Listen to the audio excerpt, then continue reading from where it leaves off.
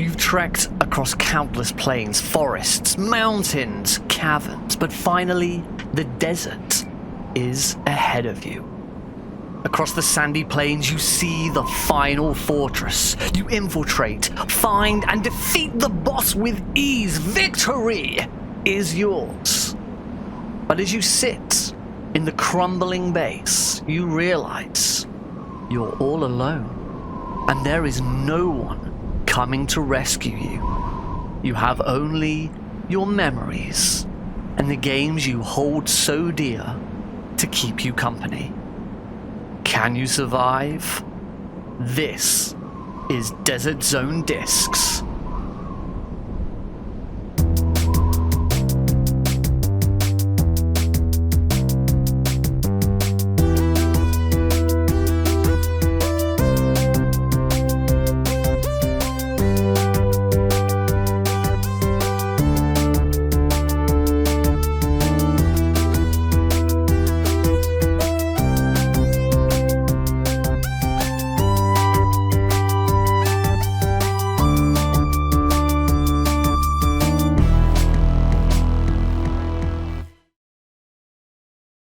Hello and welcome to another episode of Desert Zone Discs, the show that hates sand because it's dry and it's coarse and it gets everywhere, especially USB ports.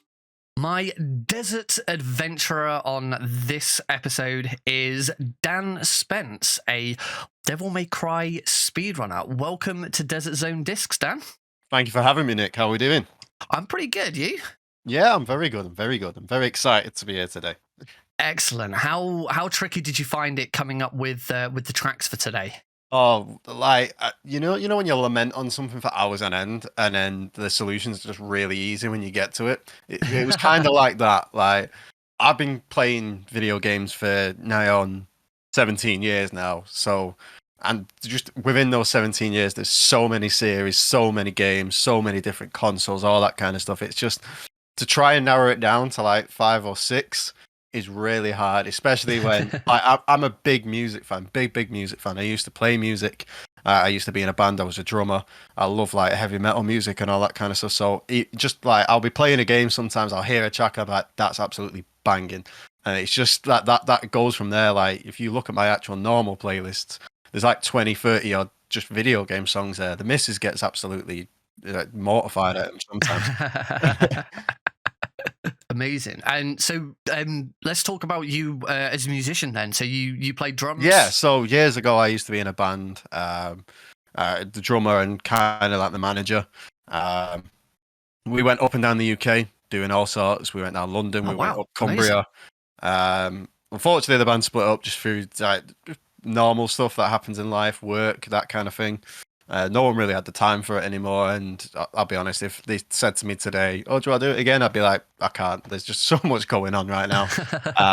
That kind of thing. So, and just like hearing some tracks, it's like, especially ones with like a really good intro and like has a personal like feel to it. It's like you kind of gripped in with the song, and just to segue into possibly the first one here, when that hits and like you have that what's the word I'm looking for? The emotional, the investment towards it, especially with the story going on at the same time. It's like, wow, okay, yeah, this is a good song because it encapsulates everything up to that point. All right, in that case, let's talk about your first track. We'll get going nice and early. Your first track comes from Persona 5. Yeah. What made you put Persona 5 on this list? Persona 5, like hands down, one of my favorite games I've ever played. I've got like probably like 500 hours in it so far, and that's literally just complete main quest line, no side quests or anything like that. It's just all like the story in Persona 5. Like it's like you ever meet a character you just really want to punch in the face, like as soon as you meet them, because deep down, like you can feel something about them, like they're just not right. And that Persona 5 does a really, really good job of introducing characters, introducing antagonists, where they kind of hint towards this person isn't right, this person shouldn't be around, this person's dodgy, he or she's doing some really untoward stuff, and then it all comes to a head, and you find out everything, and it's like, wow, I really just want to take you down, and that's what Persona 5 does a really good job of all the antagonists in that game. I won't obviously say too much, because if anyone's never played Persona 5, I encourage you to go and play it. If you like Japanese RPGs, go and play Persona 5. Play the Royal version, in fact. The Royal version is like the extended version. Call it the special edition version, if you will. It has extended storylines, it has major quality of life improvements. Just the entire thing on Royal is superior to the original in every way, but both of them are both amazing in their own right. And does this love of Persona 5 come from the whole were you hooked on the series from the start, or was Persona 5 your first entry into the series? It was my first, yeah. Admittedly, it was my first one because it's the most accessible right now. I play PlayStation, so I have PlayStation 4, 5, and Persona 5 is literally, you can get it on PlayStation 3, 4, 5. It's not on PC yet, which is surprising considering. But just to have, and it's also, if you have PlayStation, it's on the PS Plus. That's a free game as well. So if you have PS Plus, there is no reason why you can't go and play this. It is the base version, not the Royal version, but they both have their own greatness within. But I do want to go back. I do want to obviously play the originals. You've got because it starts off with Revelations Persona, and you got Persona 2 Innocent Sin, and then Persona 3, Persona 4, Persona 4 Golden, and then it obviously accumulates with Persona 5. But what's ingenious about, even though it's Persona 5, it isn't the 5th entry in the series, so I think that might put people off. Every single Persona game it's basically its own story. Like, 1 doesn't feed into 2, 2 doesn't feed into 3, and vice versa. They're all just it within its own self. Like, Persona 5 is its own game and it's its own story, separate to 4, 3, 2, and 1. Because that put me off for a while. I was thinking, is that going to be the 5th one in the series? Therefore, there's going to be loads of stuff that I don't get. And it's like, no, it's literally encapsulated in and of itself. Awesome. Well, your first track from Persona 5 is Blooming Villain. Whereabouts does this come into the game? So, again, without trying to not spoil anything, but so the first arc of the game, let's say, is, you get to meet your main characters, you get to figure out what a persona is, how that works within the gameplay, and how it works within the story. You meet your first antagonist, and like I say, like straight away you're thinking there's something not right about that. There's loads of story elements that come into play. Then you get yourself a deadline, which is even, it gives you more pressure on you've got a deadline to basically take this person down, and then finally you get to actually get into a fight with them within the metaverse, which is like the separate universe within the game itself, within the gameplay. Yep. And then basically this person then transforms into like a demon type thing. Japanese RPGs, they love that kind of stuff. And this track plays in the middle of that transformation, and the way this track kicks in, it's like you just know it's like this is where it comes to a head. And it even gives you, like, Persona 5 being a JRPG, it gives you a lot of choices in terms of your dialogue, in terms of like the story. Like, you can pick certain dialogue choices, and you actually get a dialogue choice just before this fight and it's both exactly the same. One basically says, let's finish this, and another is like, your evil ends here, that kind of thing. And it's like this track's playing in the background at the exact same time, and it's like, this is me. It's not the characters anymore. This is me. I'm coming for you. Yeah. I'm taking you down. There's nothing you can do about it, and I'm gonna bust you up, basically. Amazing. Right, let's have a listen. This is from Persona 5, Blooming Villain.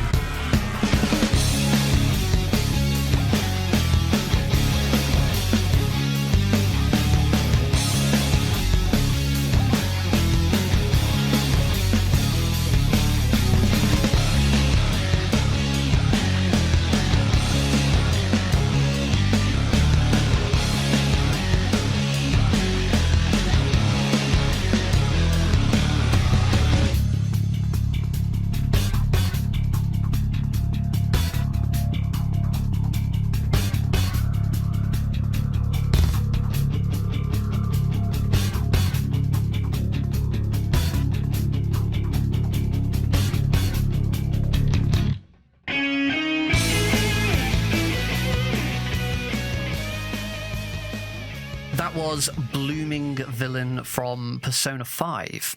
Now, Dan.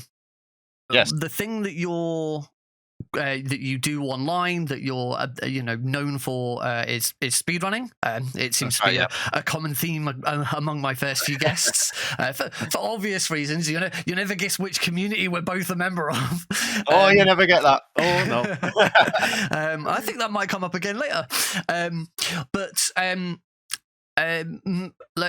Ignoring the obvious elephant in the room. For the moment, you're most well known for Devil May Cry, but I understand. Yes, right. I understand from what we've talked about before is that wasn't your first speedrun, was it? It wasn't. No. My speedrunning journey began way back with Resident Evil 2 on the PlayStation. Nice. The original version, not the PC version, which like professional runners and myself as well, we run that because of how much we can actually skip on that version. Mm-hmm. But the PlayStation version, where you would literally, there's 3 different versions of Resident Evil 2. There's the PlayStation version, the GameCube version, and then the PC version. Now, the PlayStation version, you cannot skip anything. You can't skip doors. You can't skip cutscenes. On the GameCube version, you can skip cutscenes, but you can't skip doors. Mm-hmm. But on the PC version, you can skip both. Right. So when I first it literally when my speedrunning Resident Evil 2 began, an old friend of mine and myself used to have like a bit of a competition of just who can finish it the fastest, and we never had anything like strats, we never had any routes or anything like that. It was literally just play the game as well as we can and finish it as fast as possible. So it stemmed from that, and then a few years ago, I noticed Insomnia Festival in the UK in Birmingham. Oh yeah, they had their own branch of speedrunning there, and personally, I just wanted to go and do an event, to be honest. And I also wanted to go to Insomnia. Never been before, always wanted to go. So from there, I obviously couldn't pick Resident Evil with it being an 18+ game. Yep. So I had to then change my tactics up. So I thought to myself, what games do I know inside and out where I could play really fast and possibly learn some new stuff along the way? So I actually learned for the Insomnia speedrunning marathon was Medieval. Oh, wow. And Crash Bandicoot 2. I actually went and I learned like the glitches, I learned the skips, especially for Medieval. Medieval has a massive amount of skips, or level loops as we call them, where we can loop through the integrity of the level.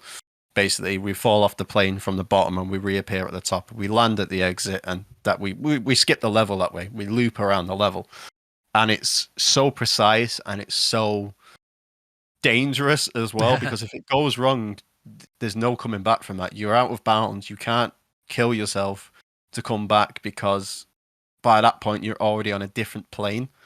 So if you were to, lose lives at that point, you would just reappear where you started. And that actually happened to me at Insomnia with my Medieval run. I got caught in a death loop out of bounds, and the safety save that I had was like 3 levels before. I unfortunately never finished that run. I never finished that run to this day. Oh no. But yeah, and then after that, I just tried all sorts of things, like going back to Devil May Cry. I met people like D Cosmic, Waifu, Scruffington, Slickford, all through Devil May Cry speedrunning, and they've been so nice. They've been so informative, and everyone helps each other. I've thought about things and told them. They've thought about strats and told me. And Devil May Cry, again, is one of my favorite series of all time, without a doubt. And before anyone starts saying anything, Devil May Cry 2 is goated. I don't want to hear anyone saying otherwise. It is goated, especially as a speed game, because, oh my god, the strategies contained within Devil May Cry 2 are astounding. All about health management, all about movement. It's all execution. Like, one run move it'll just kill the entire run. And going from there, I started running Devil May Cry 1, being the original. It was the easiest to get into. It's the most optimized game out of the 5 that we've got. And then went into Devil May Cry 3, which I'd have to say is the most stylish of the runs out there. Then to Devil May Cry 2, and then of course after 14 years of waiting, after Devil May Cry 4, we finally got Devil May Cry 5, which was literally fan service the game. It really was, because it gave you everything. It gave you Nero's story. It gave you a story for Dante. It spoiler alert. It brought back Virgil. It gave us a new character in the form of V. It gave us new antagonists. It brought back characters from the manga and from the anime. Like, people don't know about these people usually. They play the games and that's it. And then you've got this guy called Morrison coming around, and it's like, who's he? And then it pushes you into learning more into the lore of the game. And then you find out, oh, he's from the anime, he's from the manga, or it's this person's from here and there. And then you try and put everything together. And like that 5 does a great job of bringing everything together. It's the final, I'd probably say it's the final story for the Spada brothers, which is Dante and Virgil. It seems like we're going to go into a new direction with Nero at the moment. I think Nero is going to be the star of the show going forward. I really do. And the music in Devil May Cry 5, like Casey Edwards is a god. Like everyone keeps saying to him, you need to collaborate with Mick Gordon, who did the Doom soundtracks, because both of their styles would go so well together. That'd be amazing. Together. And when Devil May Cry 5 got released, obviously you had the main campaign was Dante. You played as Nero, V, and Dante for the entirety of the game. There's 20 missions in total. And then, as always, since Devil May Cry 3, they brought out the special edition, which also included Virgil as a playable character. Now, Virgil breaks the game. He's there to essentially be the new game plus of, you've played the game now, you've got Virgil, do what you want, because his moveset and his gameplay is just all over the place. It's so fast. It was the first time Devil May Cry 5 got beaten in less than an hour with Virgil because of how OP he actually is. And when the special edition got announced, Casey Edwards and Victor Barber, both gods in the game, turned around and was like, Virgil's a massive character. Since Devil May Cry 3, which is chronologically the first in the series, Virgil needs his respect and his dues paid for him. Let's just do a 9.5-minute track for Virgil. And everyone lost their goddamn minds. Wow. The track, Bury the Light, if you don't know what I'm referring to, it's 9.5 minutes of Virgil's story of how it started with him basically failing to protect Dante's and his mother from the demon attack, and then going on to basically being, I need more power to be able to protect things and to be able to make sure what happened to me doesn't happen again. Albeit he goes out the wrong way about it, evidently, because we fight him about 10 times throughout the series. But when you have lines like, I am the storm that is approaching, which then also ties in with a throwaway line from Devil May Cry 3's cutscenes, where another character, Arkham, states there is a storm that is approaching, and the camera zooms at Virgil, and then this comes out. Like I say, everyone was like, oh my god, what is going on with this tune? What is going on with Casey Edwards? Why is the madman doing this to him? And then, oh, I'm not even finished yet. I'm going to stop talking in a minute, though.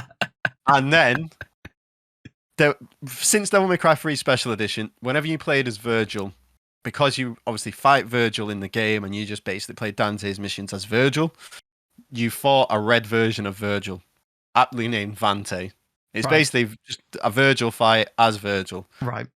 And then Devil May Cry 5 Special Edition came out. You get to mission 19 where you think, okay, it's going to be a Vante fight. No, bro. They gave you a Dante fight. Out of nowhere, the mission starts, top left corner, legendary devil hunter Dante, and then he's just slowly walking towards you, and you're trying to comprehend what's just happening. And it's like, we've got to fight against Dante as Virgil. Like, people have been wanting for years, and they actually turned around and did it, and it was insane. It was absolutely insane. Missions 19 and 20 as Virgil. You fight Dante in both his like human form and his Devil Trigger and Sin Devil Trigger forms throughout it. And then when mission 20 hits, Bury the Light has a remixed version. Oh, unfortunately, this isn't on any kind of streaming platforms per se. So the version we will be listening to isn't that version, but it starts off with an a cappella chorus. Ooh, we love some a cappella here on DZD. It literally starts off with "Bury the light deep within," all a cappella, and then Virgil comes out with a line like "Everything ends, Dante, even us." And I guarantee there's Devil May Cry players out there that's had to pause the game and start crying because it's like from a character like Virgil, who's very self-centered and very one-sided, to say something like that, that sounds like it's a nod towards the players from Capcom, from Dan Southworth, who voices Virgil. It's literally saying, this is the end for us. The story's going to go in a different direction, and we're going to just give everyone what they want for this final showing, which is the Virgil versus Dante fight. Fantastic. Well, as you said, this isn't the remix. This is the original version. Let's have a listen to. Obviously, we won't be playing the whole 9.5 minutes. Enjoy a little sample of it. But this is from Devil May Cry 5, Bury the Light.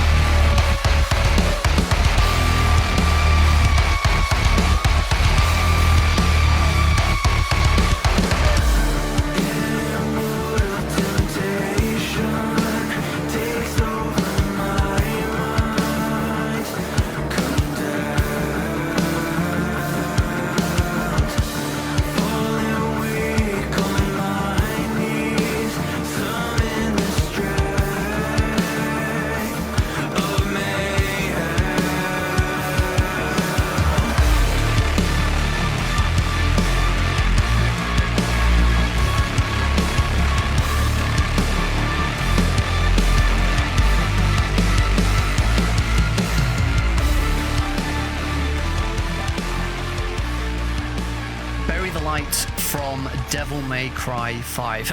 Absolutely banging track. I'm sure our audience will agree. That was amazing, guys. As with every episode, there will be a playlist on the YouTube channel of every track that Dan has put into his list. So if you want to go and listen to the full 9.5 minute track, go and find it. It is available on Spotify, and I'm sure it's available on iTunes as well. Go and listen to it because that's just amazing. DanSpence. Nick. Now, one of the reasons why, and we touched on this earlier, and I'm probably going to touch on it in most of my early episodes of Desert Zone Discs. Dan, how do we know each other? Oh, I don't know, Nick. I think I just kind of found you on the internet, really. It's how things work these days, isn't it? No, myself and Nick, we know each other through, of course, as probably has been mentioned on every episode since, like he says, is through Metal Gear. Indeed. Now, one of my very earliest memories of Metal Gear was I had the demo disc with Metal Gear Solid on it. Yes, that is my entry as well. Yeah. Now, you know how that demo ends, if you remember. Yep. The demo starts, if most people have played Metal Gear Solid by now, you start in the docks, you make your way upstairs, then you make your way through the base, and then you meet the DARPA chief. The DARPA chief then succumbs to a heart attack, dies in front of you, and the demo ends. Yep. Now, let me tell you, when I was playing that demo, I would play the demo over and over and over again, just to play the game. And then one day, I'm sat downstairs in the living room. I think one of my cousins or my nephews or something was over at the time. And I'm talking back when I was like a young'un. I mean, I say that like I'm old, but I can't remember exactly how old I was. And my dad comes in, he taps me on the shoulder, and he has this crystal box in his hands with the words Metal Gear Solid written on it. And it was the full game, and I could not be happier. I could not be happier. I've just been playing this demo, and then he comes in with this in his hands. And I just sat there and I just played it. I just played it and played it and played it. And the story of Metal Gear Solid, like, it's probably been touched on, so I won't go over too much about it. It's just phenomenal. I mean, it's a mind bender. it's a mind bender when you get to the later entries in the series. But in terms of Metal Gear Solid 1, the twists and turns, the conspiracies, the plot twists, the character twists, everything about that game is just phenomenal. Mm-hmm. And I mean, I cried when Sniper Wolf died. Aww. Honestly, like, Otacon set me off, bro. It was bad. I think that was like my first. No, it wasn't. It was my second. My first one was at the end of Ocarina of Time, when Link gets sent back to his own time as a kid. That was the first time I probably cried at a video game. But the second time was definitely when Sniper Wolf died, because it gave you very conflicted feelings of, are we doing this for the right purpose? Are we doing this for a just cause? Why are we doing this? Are we doing this just because we're following orders? Are we doing this because it's the right thing to do? You know, and I feel like once you get to later entries in the series, and obviously this is going to touch on the next track of Metal Gear, it becomes very apparent as you go through the games that as the player, you're just blindly following what people are telling you to do. Yeah. Like, you start off in Metal Gear 1, it's you need to infiltrate the base, find these two people, destroy Metal Gear. Cool. As you're going through that, you're then finding there's a government conspiracy. There's people who, like, you fought with allies who then turn out to be enemies. There's double crosses. There's all sorts of things going on. And just from that, in and of itself, it's like, how am I meant to feel about this? Like, as the player, like, video games as a whole, you do what you're told to do. Mm-hmm. And that's it. You know, you get instructions, you get tutorials, you go from point A to point B. Maybe there's a few side things on the way, but on the very baseline of it, you just do what the objective tells you to do. And then after you're getting all these curveballs thrown at you, you're thinking, is that right? Should I be doing this? It is very much a series that questions, why are you playing the game? Why are you, do you enjoy all the killing, as Liquid puts it? And I think that's very very interesting, especially when you get to like the Twin Snakes, when you can do a non-lethal playthrough. It's like, you enjoy all the killing. I didn't technically kill anyone throughout the entire thing. And just going through it, like, you got Metal Gear Solid 2, again, phenomenal game. Broke the water considering what happened in Metal Gear Solid 1. Metal Gear Solid 3 was the entire prequel saga. Metal Gear Solid 4 was obviously then the sequel saga, which ended with Old Snake. Going back to what you said, I can admit that Metal Gear Solid 4 was the first time I ever cried at a video game. The microwave section. The microwave section and the grave section at the end, actually. Yeah. I won't obviously go into too much detail there, as I wouldn't like to throw any trigger warnings or anything like that. But that scene, if you know about that scene, then you know what happens, and we've gone through 10, 15 years of this character's life, and it just comes to a head at that point, and it's like, wow, is this really how it ends? Like, what's going on? And then obviously you get segued into something else completely. But then out of nowhere, you got Metal Gear Rising, which completely broke the mold in terms of Metal Gear. Now, obviously, we've got Metal Gear Survive these days, which we don't talk about. Yeah, we'll avoid that one. we do have speedrunners for Survive. If you're interested in learning it, there are speedrunners. I get enough soul crushing from Devil May Cry, mate. I don't think I want it anymore. See, this is interesting, because I asked you before we started recording, because obviously there's a big connection between Devil May Cry and Metal Gear Rising: Revengeance, because obviously they're both hack and slashes. But despite being a Metal Gear speedrunner and being a Devil May Cry speedrunner, you don't actually speedrun Rising, do you? I don't know. I won't lie, it's something I'd probably look into as a speed game. But comparing it to Devil May Cry series as a whole, which I pretty much do every single main entry for Devil May Cry, I'd feel it's probably a lot more precise than Devil May Cry. The Devil May Cry has a lot of room for error, whereas I think Metal Gear Rising's probably got a very smaller room for it. Metal Gear Rising puts a lot of emphasis on counterattacks, particularly later in the game and the boss fights. Well, I'm the kind of player who likes to make sure I have every upgrade. So to blast through things without getting any like health upgrades, or in this instance, it'll be the nano gel upgrades for your special moves, and then down the line the Ripper mode activation. I wouldn't like it. I don't think. I like to be powerful, if that makes sense. I like to have full health bar. I like seeing the full health bar on screen. The 200% health there, just chilling. It's quite cathartic. I don't know if that's because I've got slight OCD or something, but to just see it, like if it was said like 130%, it would do my nutting. It would really do my head in. But Rising as well, I think. Comparing it to what we were just saying about the main Metal Gear series of you following orders and you do what you're told, and then you start to think about it after the fact. Rising, in my opinion, it makes you question it as you're going through it, especially with the storyline because of everything that goes on. Again, no spoilers here, but considering the main storyline of the game, there's the massive diplomatic element with it. There's also the organ element with it, with what's going on with organs and where they're coming from. Yep. And then the bosses as well. Like it's basically a kind of rehash of Metal Gear Solid 2, if you think about it. You've got Dead Cell in Metal Gear Solid 2, and then you've got the POCs in Metal Gear Rising. Yeah. And they all have the different traits, they all have the different personalities. You've got Sam, you've got Sundowner, you've got Mistral, you've got all of them. Like, if you think about it, like Mistral to me is very much like Fortune, and then you've got Sundowner, which is very much like Solidus. If that makes sense, I don't know if that's. No, I see where you're coming from. You kind of see the parallels, can't you? Yeah. And then of course, right at the end, you get the main antagonist, which was Armstrong. Yes. And now Armstrong is a great character. Armstrong is very, very good character.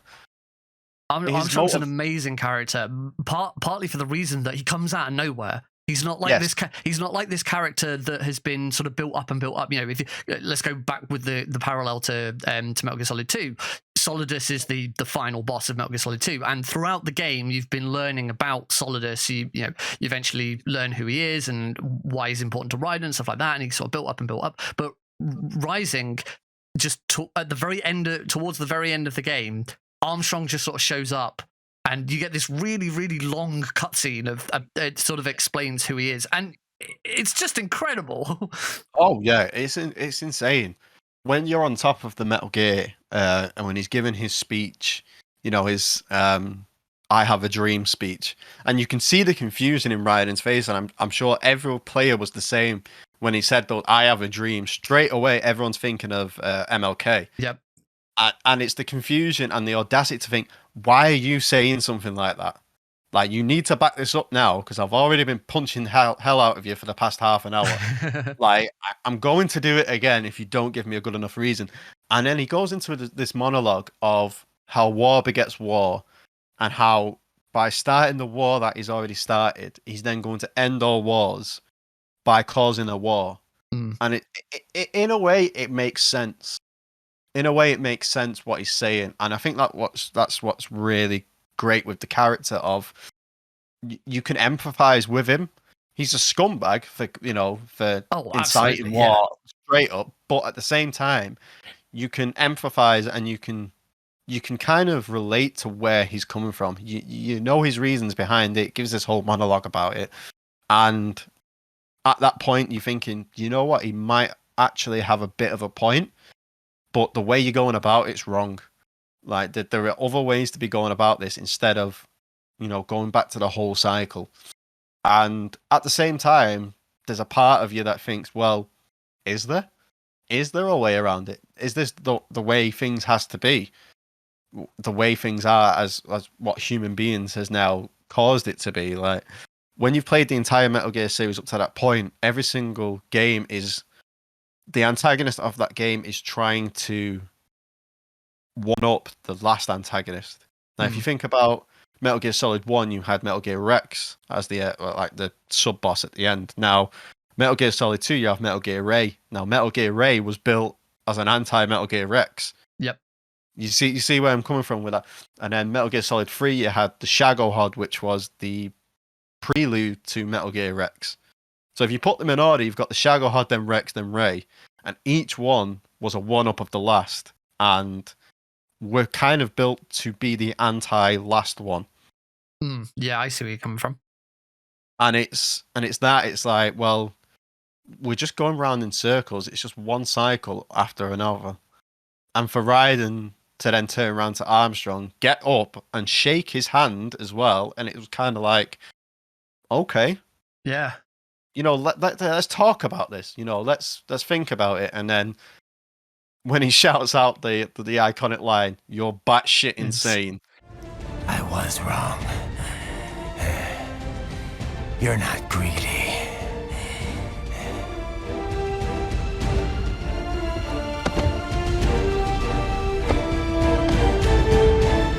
You're batshit insane!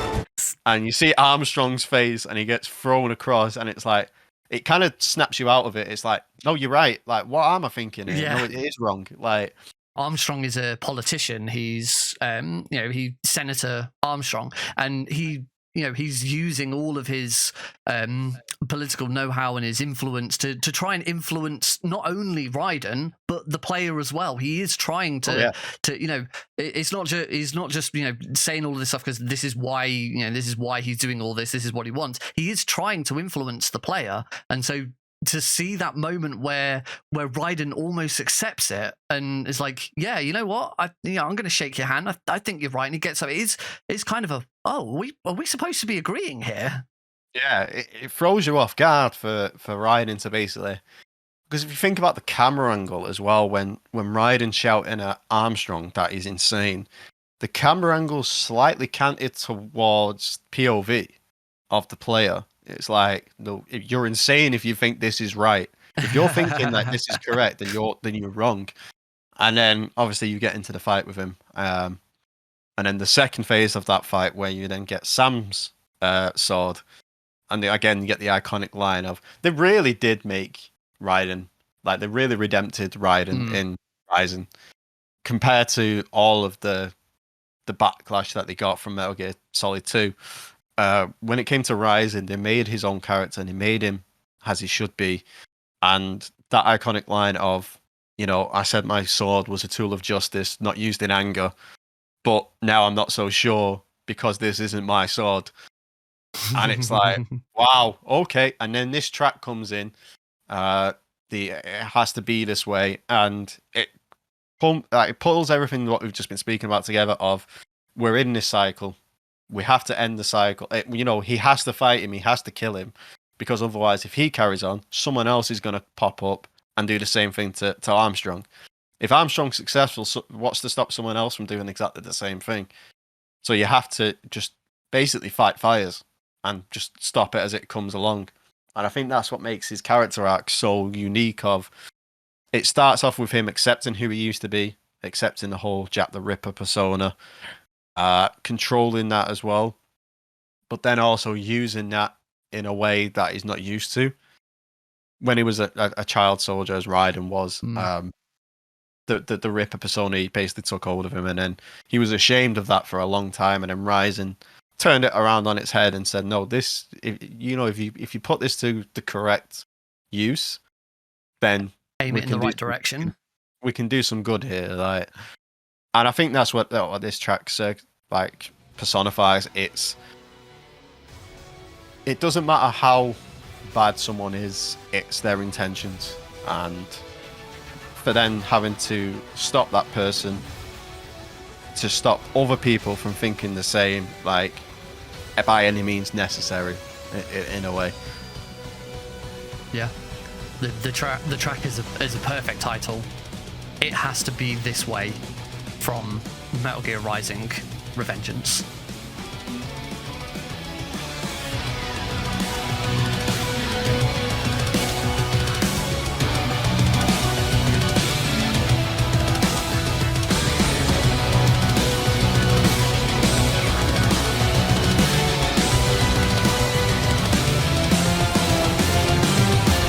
Standing here, I realize you were just like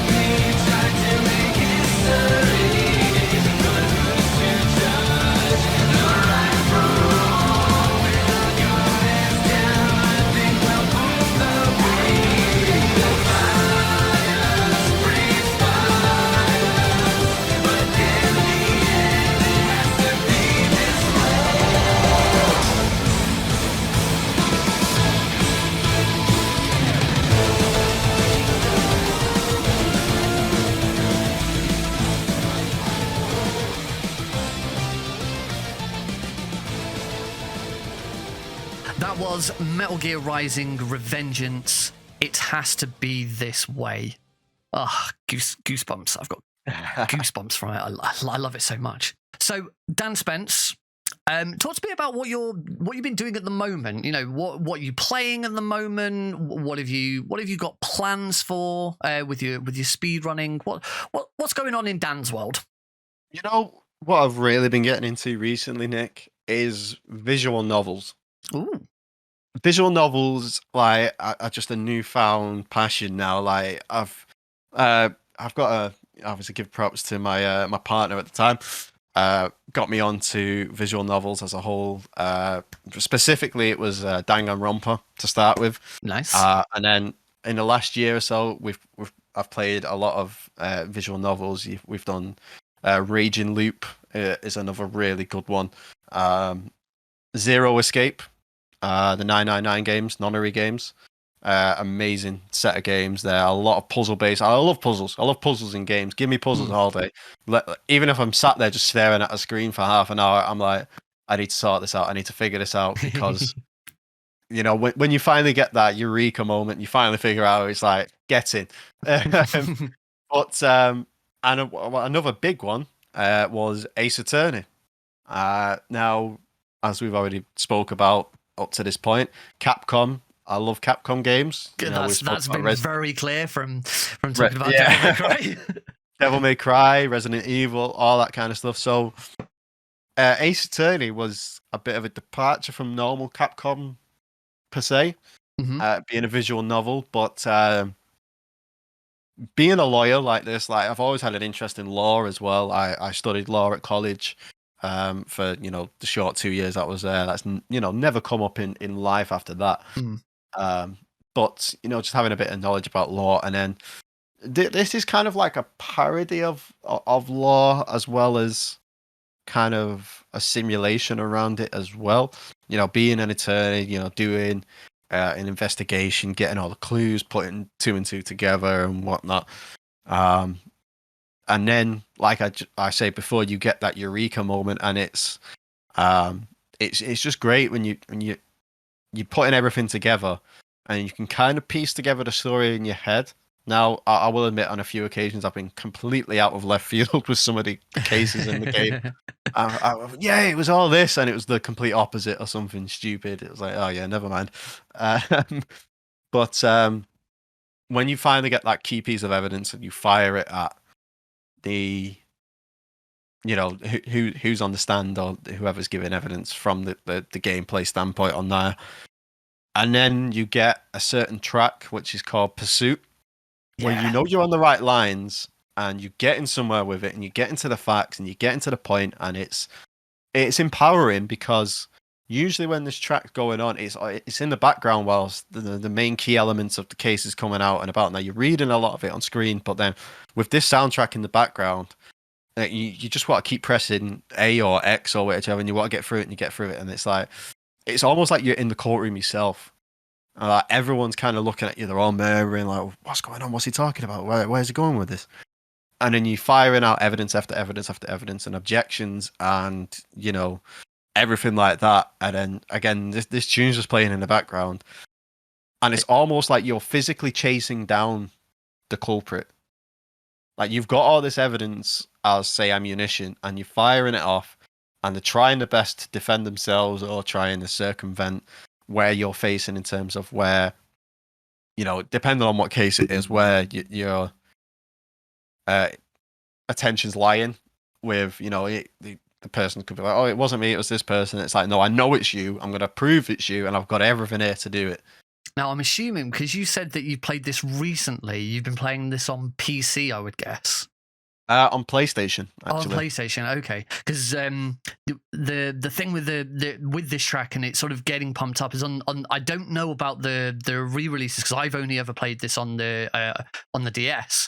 But on the original DS version, you could hold Y, and it would make use of the DS's microphone, so you could actually shout into your DS, objection.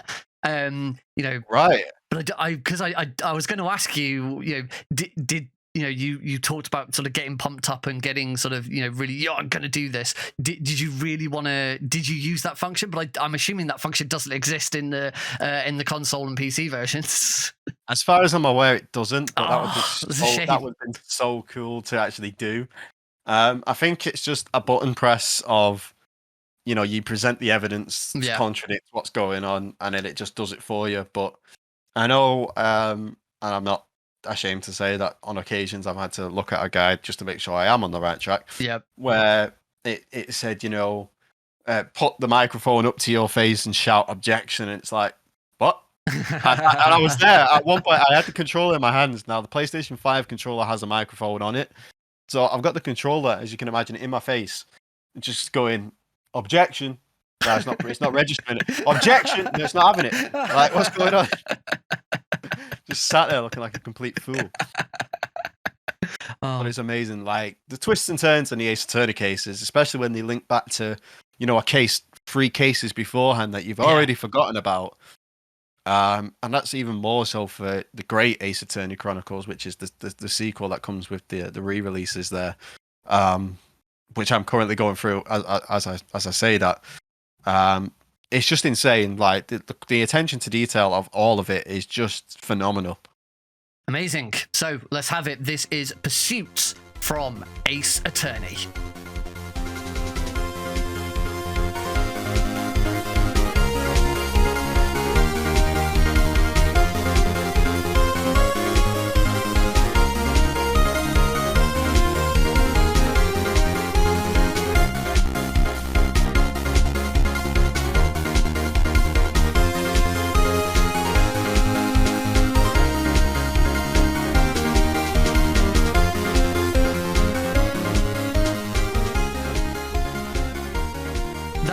Pursuit from Ace Attorney.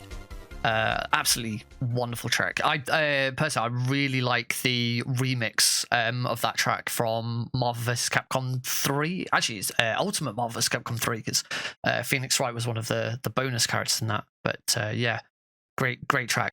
Let's talk more about these visual novels, because I know that the next track you've picked is one that you've already talked about. Tell me about Danganronpa, because it's a series that I've heard of. I've heard some music, but I actually don't know anything about Danganronpa at all, really. No, a lot of people, when I say, I said it to my barber, of all people. I said to my barber, because he asked, like, well, what you've been playing at the moment. And I said, well, do you like Ace Attorney? He's like, yeah, I love Ace Attorney. I went, well, picture that, but up to 11. And then that's Danganronpa. Now, if you know of Danganronpa, you already know everything about it. You know the twists and turns, the plot twists. And again, I encourage anybody that's into visual novels or just story-based games as a whole to go and play Danganronpa, because it's amazing. The entire storyline is amazing. And when you get to the 3rd game in the series, again, not saying anything, but it's going to blow your mind wide open. It did it with me. It did it with me as well. Like I said, my partner got me onto all these kinds of games, and we'd be on the headset together, and I'd go, oh, wouldn't it be great if this happened? And she'd go, oh yeah, that'd be cool. And then I swear to God, the next case we'd go into, that would happen. I'm gonna have to say what I think. No, I can't. I can't do it because I'm going to spoil it. I can't even say what my theories was because it will give it away. But no, so you've got the 3 main titles for Danganronpa. You've got Danganronpa Trigger Happy Havoc, Danganronpa 2 Goodbye Despair, and then Danganronpa V3 Killing Harmony. The story, I can talk about a bit about the story because it doesn't go into too much detail, but the story goes from each Danganronpa, you've got about 15 to 16 main characters. All with different traits, and they're all classed as ultimates. Now, they're all ultimate something. So you've got, for example, in Danganronpa 1, you've got the ultimate affluent prodigy, who's a very much like a very posh boy, comes into money, he's got a very influential family, kind of political kind of thing. Then you've got like the ultimate novelist who, writes novels. You've got the ultimate fanfic who writes a lot of fan fiction, that kind of thing. Then Danganronpa 2, you've got Ultimate Lucky Student, which, as you can imagine, this person is just very lucky, like unnaturally lucky. And then Danganronpa V3, you've got Ultimate Astronaut, Ultimate Assassin. There's a lot of other things going on there. So they're all basically the best in their own fields. Right, I see. So it starts off, you're all students of something called Hope's Peak Academy, which is like the most prestigious school. Only the ultimate people in their field can get into the school. So if you get invited to the school, you know, it's a massive honor. It's basically, if you, in the story, it says if you graduate from the school, you're set for life. That they basically just pay off everything for you, because you are the best at what you do at that point. There's no one else who's going to be better than you, so you might as well just be that person. But what starts off like a normal kind of like Japanese visual novel of, hey, you know, we're a bunch of students, we're all going to talk to each other, and you know, dating sims and all that kind of thing, quickly turns sinister when a black and white bear comes out of nowhere. And I kid you not, it is a black and white bear called Monokuma, you know, monochrome. Pops out of nowhere, and the voice actor for Monokuma is amazing as well. I got a cameo from him for Christmas from my partner. He's absolutely amazing. So he pops out.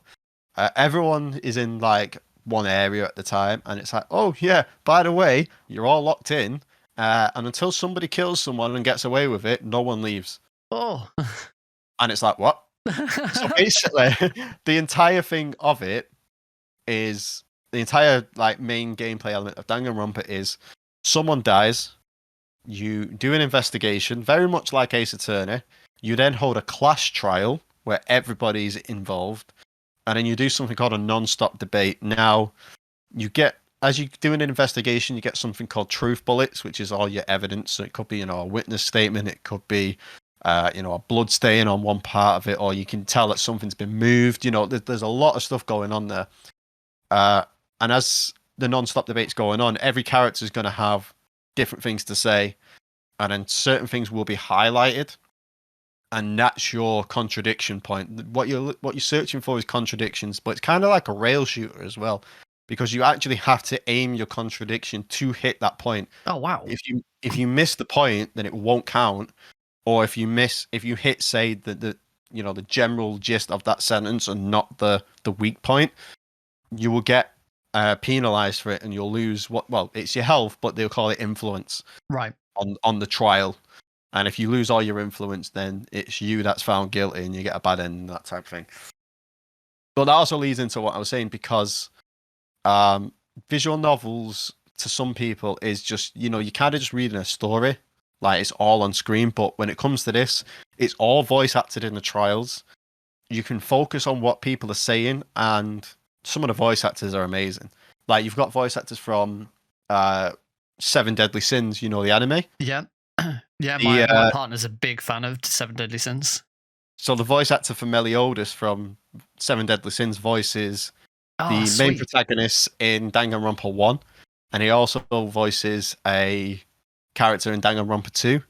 But also, segueing back again into Devil May Cry, Johnny Young Bosch, who voices Nero in Devil May Cry 4 and 5, also voices the main protagonist in Danganronpa 2, Hajime, which I only found out not too long ago as well. When you recognize a voice but you can't quite place it, and then all of a sudden I saw something about it online, and I was like, oh, holy, that is him.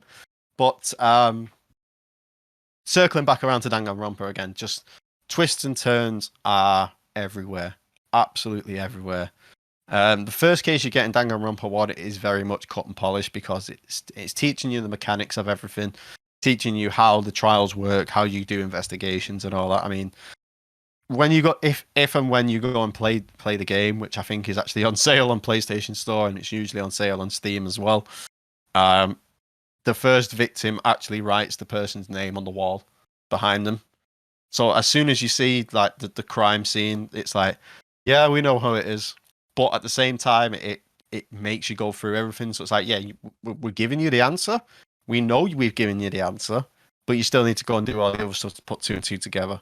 Because it's a whole massive thing in and of itself. So you have things like you got the non-stop debate, then you have the recollection of the case, where you basically get like a comic strip, and you have to put the events in order, and then it does like a basic run through of the entire case up until that point, and then you name the person at the end. And then each Danganronpa brought in new elements. So Danganronpa 2, you had something called the Mind Drive, where you were basically skateboarding down this like cylindrical. It's basically like Cool Borders, but on acid. But every so often, it gives you a choice of like it will give you a question of, let's say, who was the last person to see X alive, and it will give you two choices. Now, on this specific like mini game, one would lead to carrying on, one would make you fall off and you'd have to retry it, and this is all timed as well.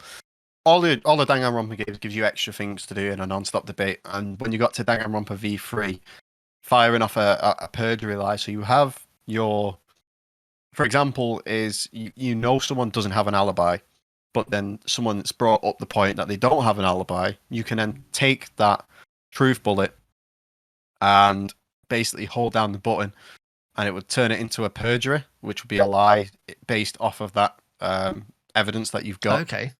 Then you fire that off, and you would basically turn around and say, well, that person does have an alibi. It's me. I saw them do X, Y, and Z, so you don't need to worry about them, because you already know at that point who's done it. You're already like going through that, and it's usually the person who's trying to implicate somebody else who's actually the person who's murdered somebody at that point. So to then turn it on its head by saying, well, yeah, that person's got an alibi, this then other person who is the perpetrator then starts to panic, and then usually that leads into like a panic time action, which is something else completely, where you just fire off evidence at them. It's basically like a Dance Dance Revolution. There's so many elements on this game. It's basically like a Dance Dance Revolution rhythm game at that point, of you just keep pressing a button certain times, and you're firing through everything that they're trying to say, and they're like, you're talking crazy, you don't know what you're talking about. It can't have been me, it's this person. It's like, no, we know it's you. I'm about to prove it. And at the end of the trial, then everyone votes to say, who they think is the perpetrator. And if they get it right, that person's punished. But if they got it wrong, everybody gets punished except for the person, because they got away with it. They then graduate, and it goes from there. But the soundtrack in that game is phenomenal as well. Absolutely phenomenal. Yeah, let's talk about your choice. You went with one from Danganronpa V3, Our Clash Trial. What made you pick this track over any of the other tracks that you could have picked from the series? So I know it says V3 there, but this is a track that actually features in all of the games. Okay. So when you first get into your first trial, this is the track that you hear in the main menu. Now, you can acquire skills across the game where it gives you like more influence or health at that point, or more focus, so you can slow things down, and it makes it easier for you to hit that point with the truth bullet. Like I mentioned earlier, you have to hit a certain point. So when you first hit, and the way this track is composed, it kind of like it builds, and then it stops, and then it restarts again. And it's kind of the same way as the trials kind of go. It keeps building, then you reach a critical point, and then it goes back down again, and then it builds, and then it goes back down again. As you're uncovering more and more facts about the case. Now, when you first hear this and you're going through everything, it's like you realize how important this is, but there's also a bit of a sense of foreboding as well. It's like I said, that if you get the person wrong, everybody gets punished, which in this case, everybody gets executed. There's massive stakes there, because basically everybody's life is in your hands in a way. And then when you hear this song, and it's like it's building up, and it's crescendoing and everything like that, it really drives home the point of, I need to get this done, and I need to do this right.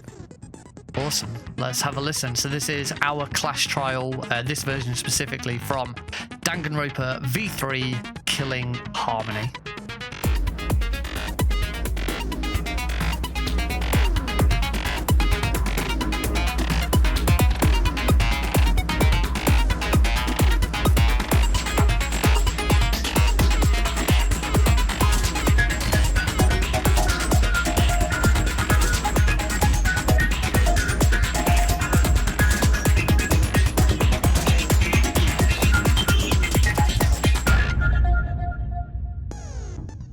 Hour Clash Trial from Danganronpa V3 Killing Harmony. DanSpence, we've been talking a lot recently about visual novels, the games that you've really been getting into here. But one thing we haven't really talked about, we're coming up to your last track, so I wanted to make sure that we got this. What is your very early memories of playing video games? How did you get into, what was your first console? What was the first game you remember playing? My first console was the late and great Nintendo 64. My very first game that I actually remember playing was The Legend of Zelda: Ocarina of Time. Again, classic in and of its own right, absolutely amazing game. And then from there, I transitioned over to PlayStation. Mm-hmm. And some of the games, I touched about it before, Medieval, Metal Gear Solid. There's a few hidden gems on there that I've played that I speak to people about and they have no idea what I'm talking about, which is Silent Bomber, which is a great game from the PlayStation era. But in terms of games that everyone knows about, you've got to talk about. If you talk about PlayStation, you've got to talk about Final Fantasy. Yep.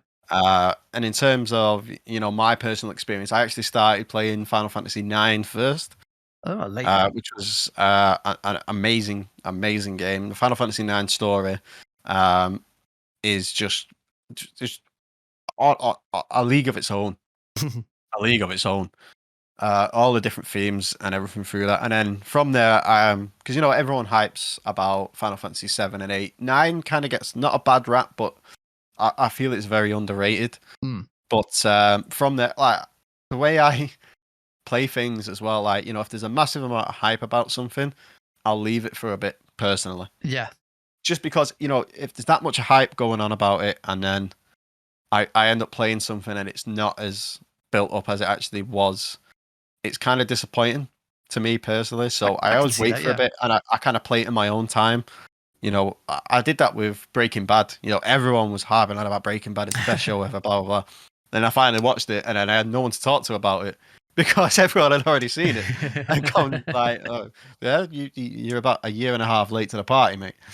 But, so same thing with video games. I started with 9 because I found that was highly underrated. Then I went back and I played 8, which I could still never get the grips of today. The whole junctioning system and everything.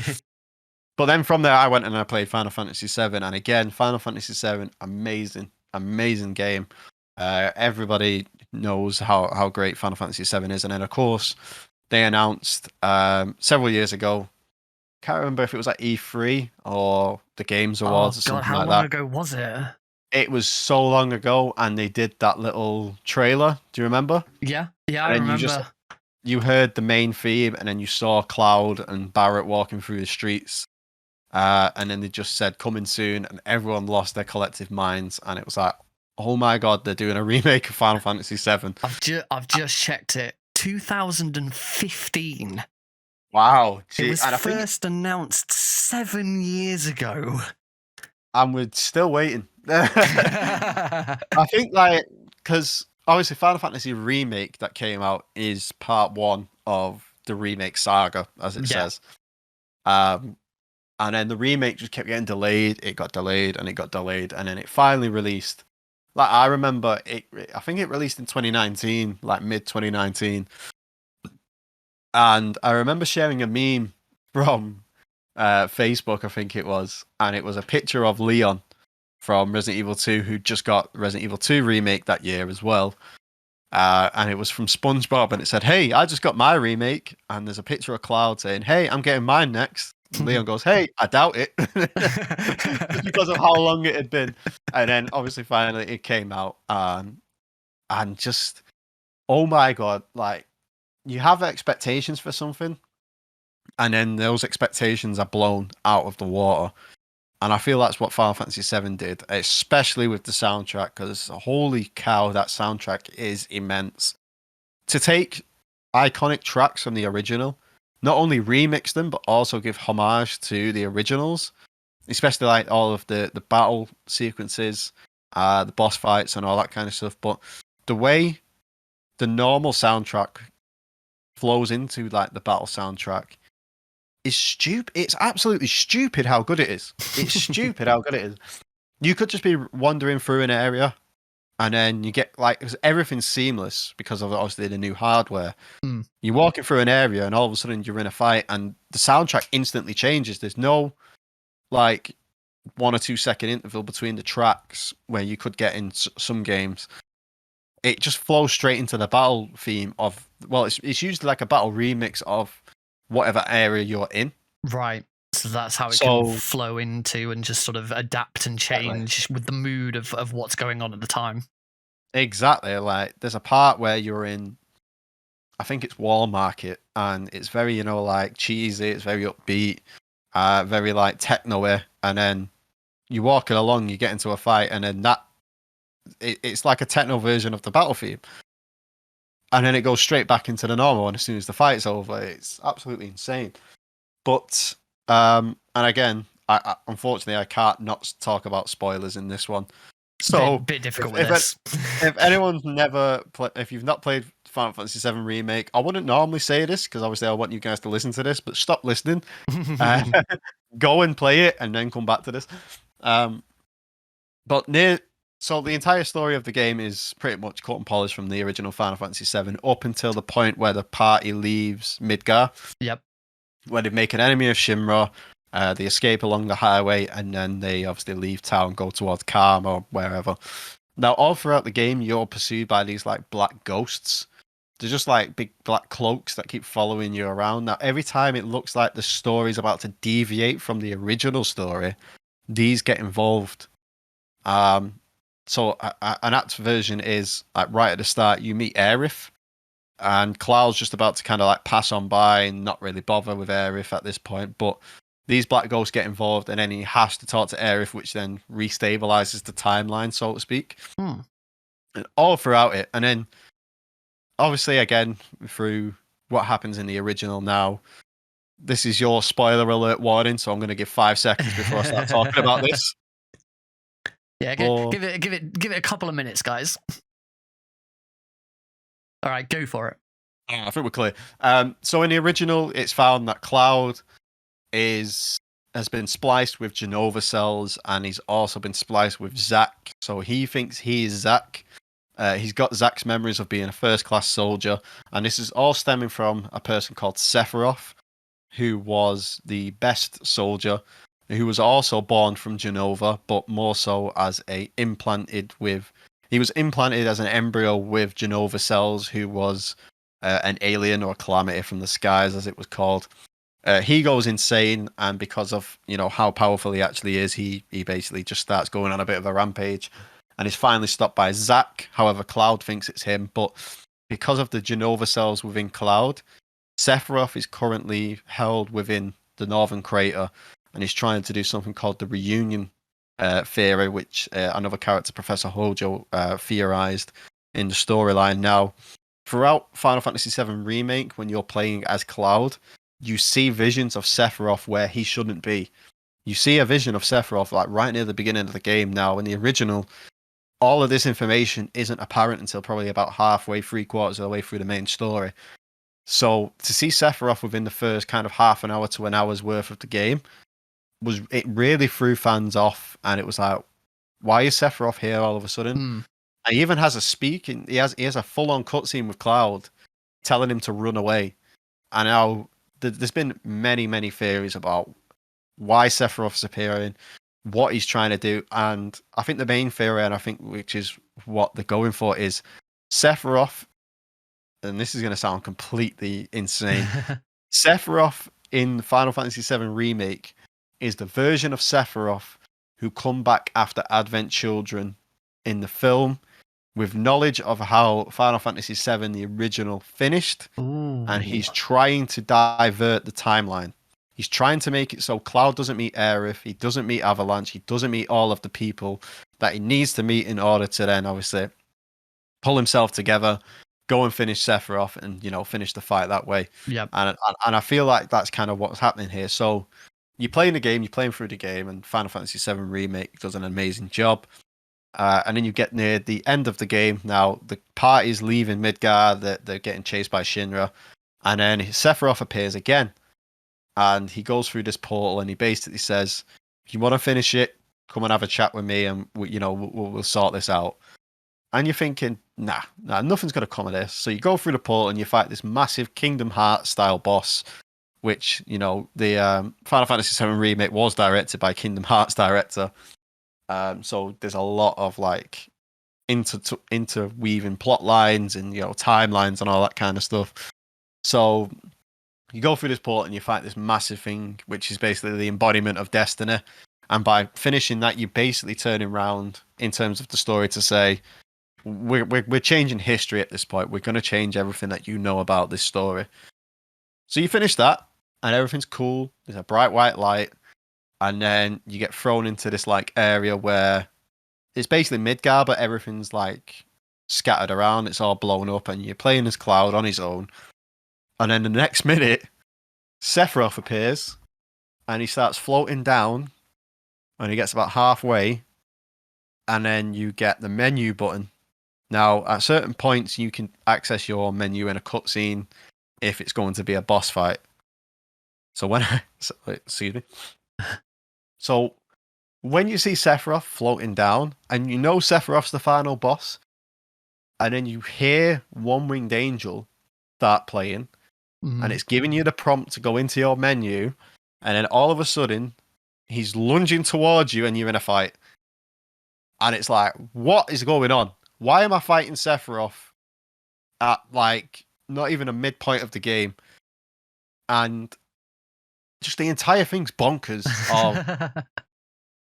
When you hear One Winged Angel, now everyone knows One Winged Angel. It's one of the most iconic like video game tracks of all time. Of course. You start playing One Winged Angel and everyone instantly knows where it's from, even if they've never played Final Fantasy VII or Kingdom Hearts or, you know, Super Smash Brothers, anything like that where these characters are. Everybody, I think, knows One Winged Angel, especially the first few notes of that tune. And when you hear that, and it's as a player, you know you're gonna fight him, but you just can't comprehend what's happening because, like I say, Final Fantasy Remake is part one of this entire like new arc, let's say. And then the fight goes along, and then your party members start coming back one by one. And it's just separate phases of the fight with Sephiroth. And playing this on hard mode is no joke. Like I say, hard mode is no joke. I reckon it took me about 60 tries in one sitting just to try and get through it because it is. And I'm like max level. I've got max everything at this point, and I'm still struggling. But hearing this, and it's because it's such it's called like the Rebirth track on this. But it's very much like a remix for. Well, like I said before, it's every single song from the original has been remixed in one way or another. But this one's very much so like the original version. I think it's just maybe the tempo's gone up a bit and they've added some more instruments here and there just because of the technical, you know, advances that people have made in music development, especially for video games. They can put a lot more into it. So if you think about it that way, this is the version of the song that could have been in the original. And the entire thing is just from start to finish. It's the song you know and love, and potentially hate depending on how you figure about the boss fight. But to hear it in that way and just to see what's happening on screen, like you kind of have to pause for a minute and think, I'm really going to fight Sephiroth here of all places now? Really? It really plays with your expectations. It blew it out the water. And I honestly can't wait for part 2. Especially given the I won't talk about this spoiler, but especially given what happens after this, because basically at this point we've got rid of the plot ghosts, as we call them, and there's been significant changes to the timeline already, and I'm just really excited to see where it goes. Awesome. Well, let's hear it then. Your last track. This is One Winged Angel Rebirth from Final Fantasy VII Remake.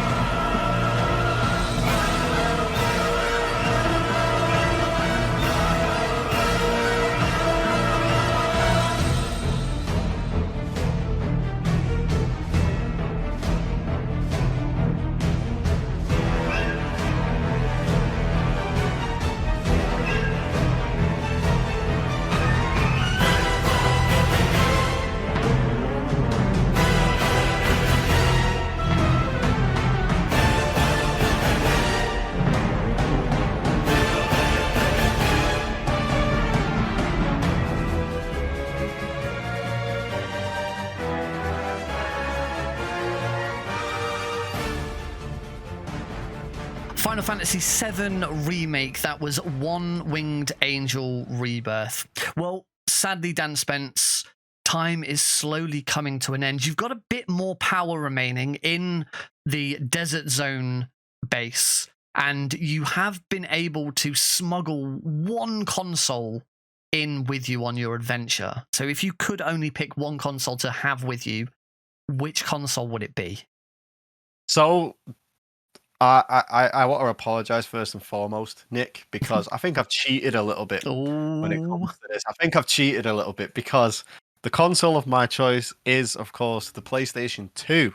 Ooh. Is what I would take. Now, we've spoke a lot about PlayStation 1 games. We spoke about PlayStation 3, 4, 5. We've not really spoke about PlayStation 2, but because of how the PlayStation 2 works, the backwards compatibility between PlayStation 2 and PlayStation 1 is the reason why I've chose it. That's a perfectly fine reason. I have no issue with you taking advantage of backwards compatibility. Exactly. And now I know there is a lot of classic games on the PlayStation 2 as well. Like we spoke about, you've got all of the Devil May Cry games on there, 1, 2, 3. You've got, Final Fantasy X, which then is also backwards compatible for 7, 8, and 9. Yeah. There's also Resident Evil, which is on there, which we spoke about. You've got Medieval. There is an absolute metric load of games on there where, and with it being backwards as well. Like I say, I am cheating slightly, but I definitely reckon that would be the shout there. And I think now that I've said that, other guests that you might have on this podcast might take advantage of that as well. Excellent. And you have been able to find a computer in the base. Unfortunately, there's a problem with the internet's browser. It will only load one page. So from there, you realize you could just listen to one streamer, one content creator, one YouTuber. So if you could only pick one person just to listen to for the time that you're there, who would that person be? Out of everybody that I know of, and I have to obviously think about who I watch like myself as well. And this person's a very good friend of mine as well. I have to say Waifu. As a speedrunner, as a content creator myself, I look up to Waifu a lot. There's a lot of stuff that Waifu does in terms of, explaining speedruns, explaining how we make speedruns, how we route it, how we go through, all. And I mean, he's even featured myself in a few videos here and there. And, a few years ago before, I won't say where I got to where I am right now because, I'm very much still a beginner on a lot of things. To go up from watching someone like Waifu and being influenced and being, just a fan of his work in general, and given his age as well, I mean, he's younger than we are, like a lot younger than we are. And to have as much success as he has in the field is insane. But I will literally, sometimes I'll be sat there, I'll be scrolling through YouTube or Twitch or whichever, and I always wait for the day where Waifu posts a new video, and it's used, and the quality of it is just so good. It's just so good, and that kind of quality content is where I strive to be in my own one. Like an example was he's currently trying to root out Devil May Cry 1 Dante Must Die 100%. So to not to counter that, but to also take inspiration from that as well, I've been trying to root out Dante Must Die low percent. Oh, okay. Where we're not allowed to basically buy any kind of upgrades at all. So, and the way he names his videos and that kind of thing, and it's just the entertainment value in and of itself is just insane. Like, I love his video. Every time a new video of his drops, like I pretty much watch it straight away, because not only is it entertaining and it's great to watch, it's just great content, but it's also very informative. And like I say, I've been on his videos from time to time, and some of the stuff that I figured out and I found and that kind of thing is on there as well. And it's just like for what's essentially a niche kind of content, speedrunning. Like, not everyone's into speedrunning. A lot of people don't like it, to be honest. Yeah. But to be that consistent and to be that great at doing what you can do, and it's just every single time it's just a great video. It's just great to see, basically, and I can watch him forever. Sweet. Well, there will be a link to Waifu's YouTube channel on the description. And of course, there will be links to all of Dan's social media, Twitch, YouTube on the description as well. Well, unfortunately, Dan, that is time. It is time to leave you behind in the desert zone as you await rescue. A huge thank you for coming on today. It's been an absolute pleasure listening to you talk very passionately about all of these games. I hope you've enjoyed it. Oh yeah, it's been an absolute pleasure to be here. I've absolutely loved my time here, and now I await for that dropship. Thank you very much, DanSpence. Take care, good luck, and let's hope you escape from the desert zone. Let's hope so. Goodbye.